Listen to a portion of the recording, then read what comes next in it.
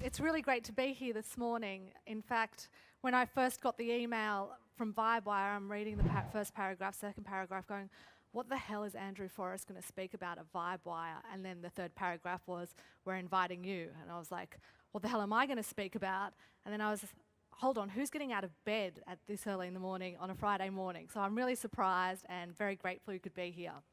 So as Omar said, I worked for Kevin Rudd as his press secretary when he was foreign minister, and that included his whole time as foreign minister. I travelled around the world with him.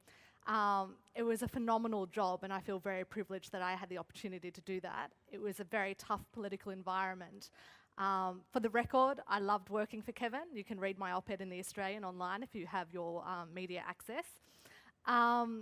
And it was a really exciting time for me. I loved foreign policy, and in particular, my family background is Syrian, so being in the Foreign Minister's office during the Arab Spring was phenomenal because we travelled to the region. Often we'd be in a meeting and he would be asking me, well, ask Ranya about that, she knows, and then Hillary Clinton would be going, well, where's your family from? And I'm going, you're going to send fighters in! She didn't listen, and we're still here now, so damn it. And when he resigned, I decided not to go back to the Department of Foreign Affairs and Trade because I actually felt like I could make more of a difference outside, and I didn't know what that difference would be. And sometimes you just have to kind of go with your gut, take a risk, and you'll get a phone call. The phone call I happened to get when I was bumming around Central Station about to go to another yoga class was from Andrew Forrest, and he says, do you want to end Indigenous disparity? Yes. Do you want to end modern slavery? Yes. I don't know how you're going to do that, but yes. Do you want to move to Perth? No.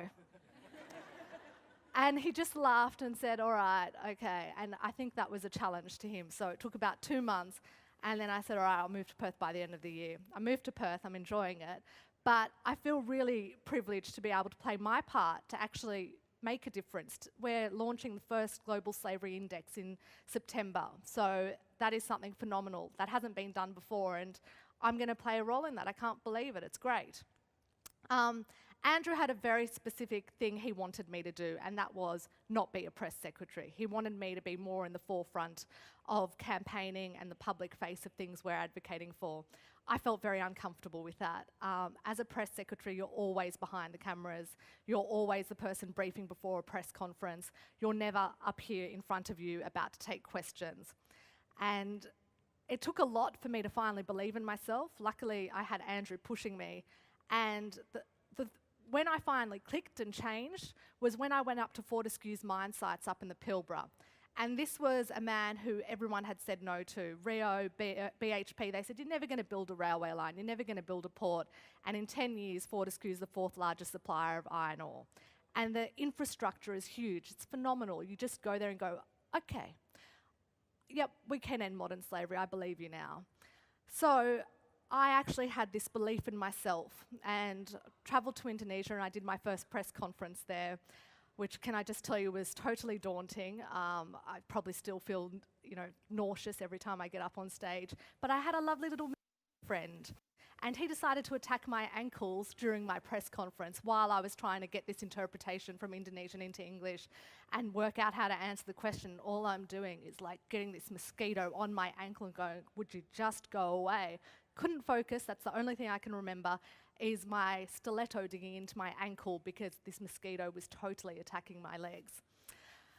Moved on from that, I did it. We got great press coverage, Jakarta Globe. I was stoked, and I thought, okay, I can do more of this. Then I finally went out into Australian politics when there was another book, attacking Kevin Rudd, and I was like, all right, I've actually worked for him, you met him twice, I'm going to tell you what it was actually like. So I wrote an op-ed, and then Latika Burke interviewed me on ABC 24, and I get on with Latika very well, and we were just chatting away in the earpiece before we went live, and then she said, oh, next time I talk to you, we're going to be live. And I actually thought that my heart had jumped out there, and I was going to die unless I went to go get my heart and I had to go put it back in before we went live. I just went, oh my God. And then we did the interview and it was fine, but I'll never forget that experience of being absolutely terrified. And I thought, I'm the biggest hypocrite. I used to prepare someone to do this all the time, and I'm freaking out about doing it. So my main point is this. We can actually make a lot of change. You just have to believe in yourself.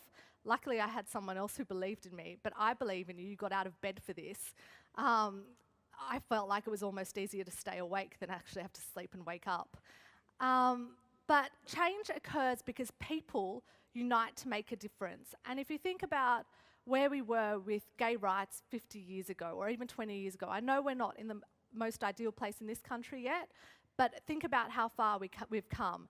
And that's because people like you have joined forces. You've campaigned endlessly because you believe there's a change that needs to happen. I believe that we need to end Indigenous disparity, and GenerationOne is doing a phenomenal job of bringing Australians together to do that. We can end modern slavery. There are over 20 million people in the world in modern slavery, but it's bloody well achievable. And all you need is a global movement, or all of us, all people uniting in a certain way that makes us actually say, my voice is important and my voice needs to be heard. So I'm here to encourage you to make your voice heard. Thank you.